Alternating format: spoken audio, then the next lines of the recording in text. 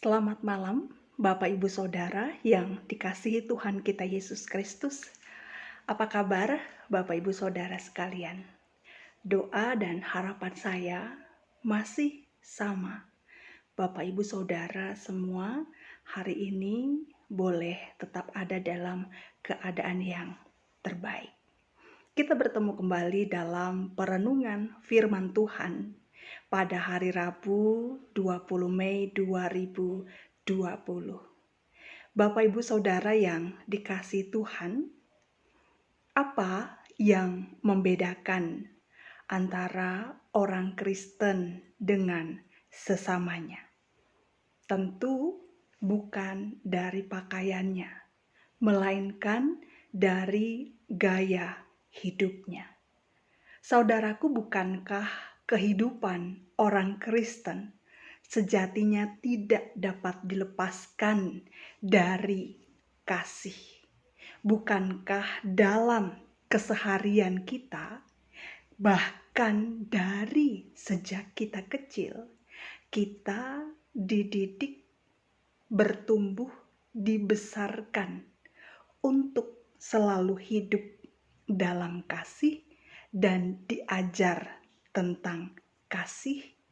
Mengapa demikian? Karena jika kasih yang seharusnya melekat dan memancar di tengah-tengah kehidupan orang Kristen itu sudah pudar ataupun luntur, bisa dibayangkan betapa gelapnya dan gersangnya dunia ini.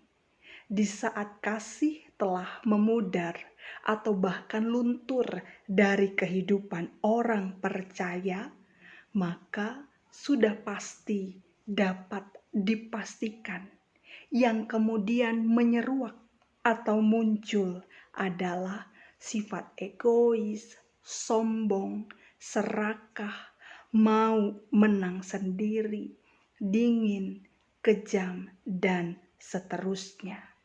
Manusia tidak akan lagi punya perasaan. Manusia tidak lagi mau mengerti akan keberadaan sesamanya.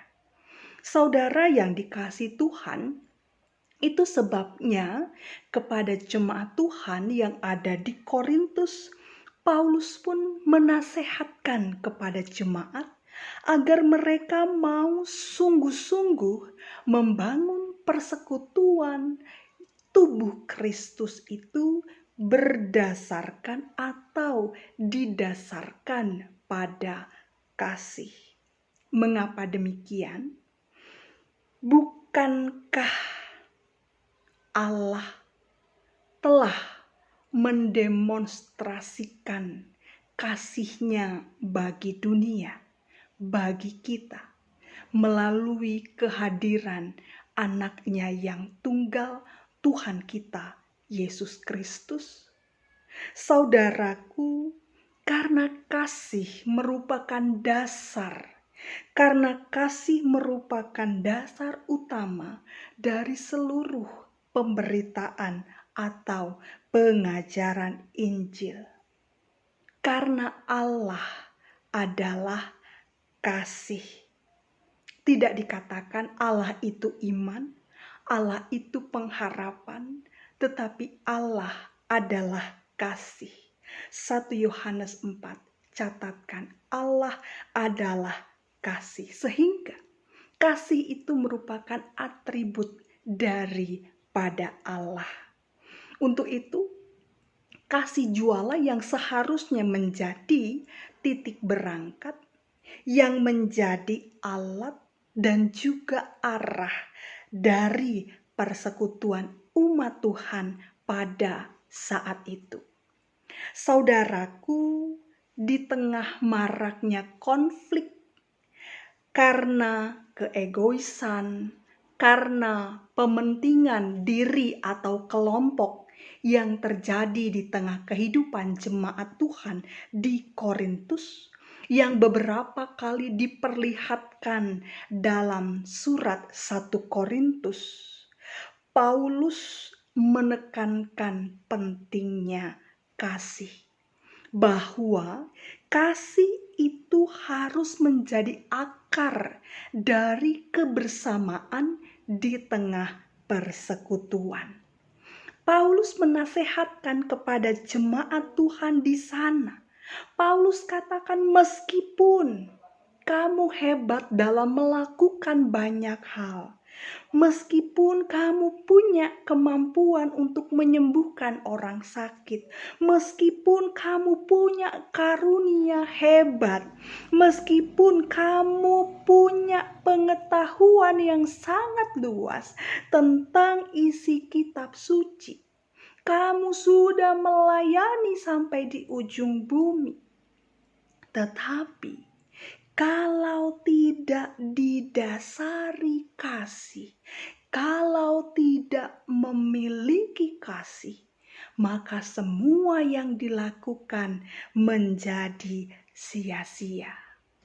Bahkan di ayat 13 Paulus katakan, demikianlah tinggal ketiga hal ini, yaitu iman, pengharapan, dan kasih, dan yang paling besar di antaranya adalah kasih. Saudaraku, di antara tiga elemen dasar Kristen, iman, pengharapan, dan kasih, Paulus menggarisbawahi bahwa kasih adalah yang paling utama. Mengapa kasih? Karena iman dan pengharapan adalah nilai yang ada dalam diri manusia. Manusia beriman sehingga manusia percaya dan diselamatkan. Manusia memiliki pengharapan, karena dengan pengharapan manusia mampu menghadapi kehidupan, badai, tantangan, pergumulan yang berat dan besar sekalipun. Tetapi Allah tidak memiliki iman, Allah tidak memiliki pengharapan. Allah adalah kasih. Dan kasih adalah hakikat daripada Allah sendiri. Sehingga kasih menjadi yang utama. Bapak, Ibu, Saudara yang dikasihi Tuhan, melalui firman Tuhan pada malam hari ini, kita diajar dan diingatkan bahwa yang pertama, mari kita daratkan praktik mengasihi. Itu dimulai dari kehidupan orang-orang yang ada di seputaran hidup kita atau yang ada di dekat kehidupan kita. Mari kita praktekkan, daratkan kasih itu kepada suami, istri, anak, kakak, adik, orang tua, orang-orang yang ada di sekitaran kita. Bagaimana kasih mau berdampak bagi orang di luar sana? Kalau orang yang dekat dengan kita saja belum merasakannya atau tidak merasakannya. Untuk itu, Bapak, Ibu, Saudara, mari kita belajar bahwa orang-orang yang terdekat dengan kita kiranya dapat merasakan kasih yang bisa kita nyatakan berdasarkan kasih Kristus yang kita terima darinya. Saudaraku yang dikasihi Tuhan, yang kedua kita mau belajar bahwa kita harus ingat jikalau Allah adalah kasih dan kasih adalah perintah Allah bagi umatnya, maka kasih akan membawa kita semakin dekat dengan Allah dan sesama. Sedangkan kebencian, keegoisan, keserakahan justru akan memisahkan kita dari Allah dan dari manusia. Ingatlah selalu bahwa keluarga yang bahagia, persekutuan yang sehat, itu bukan karena tiada konflik, bukan karena tidak adanya perselisihan, melainkan karena bisa kelola konflik atau perselisihan dengan terus mengedepankan kasih. Hanya Jika kasih yang menjadi akar dari kebersamaan kita di tengah keluarga, di tengah persekutuan, niscaya keluarga dan persekutuan yang rukun dan penuh dengan damai sejahtera akan tercipta dan terpelihara dengan baik. Saudaraku, oleh karenanya, biarlah kasih selalu menjiwai hidup kita, menjiwai setiap sikap, tutur kata, dan perilaku atau tindakan kita, agar nama Tuhan dipuji dan dimuliakan.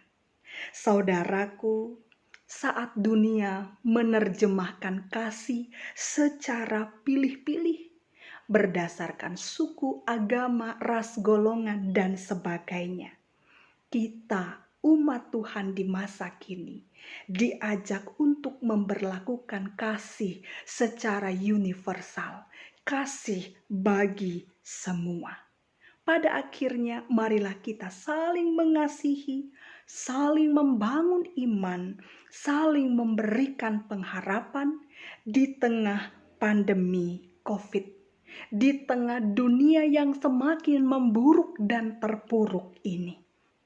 Sudah saatnya sebagai gereja kita tidak lagi hanya bicara tentang kasih, bagaimana mengasihi, tetapi kita juga mau berbuat berdasarkan kasih itu bagi sesama yang dilandasi oleh kasih Kristus, agar gereja sungguh-sungguh menjadi alat kesaksian kasih Tuhan di tengah-tengah dunia yang sedang bergumul dan berduka karena COVID-19.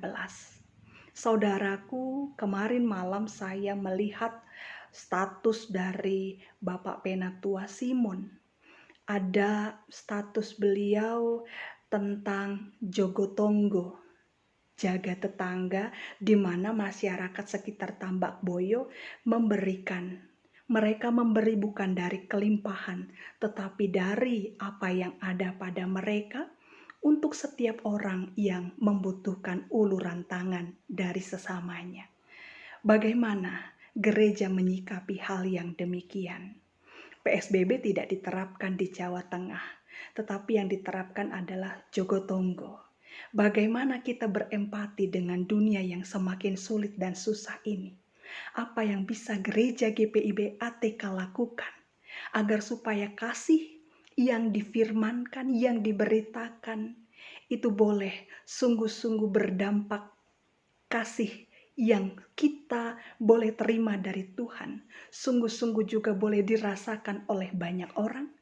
Mari setelah kita mendengar firman Tuhan ini, kita berefleksi apa yang GPIB ATK bisa lakukan bagi sesama di tengah pandemi COVID-19 ini, agar GPIB ATK sungguh-sungguh menjadi alat kesaksian Allah bagi dunia, sehingga banyak orang yang semakin memuji dan memuliakan nama Tuhan. Selamat mengasihi, Tuhan memberkati. Amin.